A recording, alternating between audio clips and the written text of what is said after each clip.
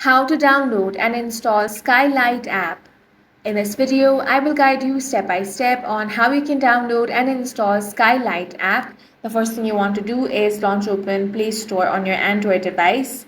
If you're using iPhone, open up App Store. Now tap on the search bar. Here you want to search Skylight. Now out of the search results, you want to look for this application right here. Go ahead and tap on the install option. If you want to check out some description, you can simply scroll down and get all the information. Now wait for some time until the downloading is completed.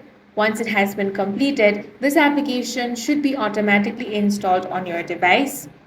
Once it is installed, you can simply open up the app, log into your account and start using it. And that's all for this video. If you found it useful, make sure to hit the like button and subscribe for more videos like this.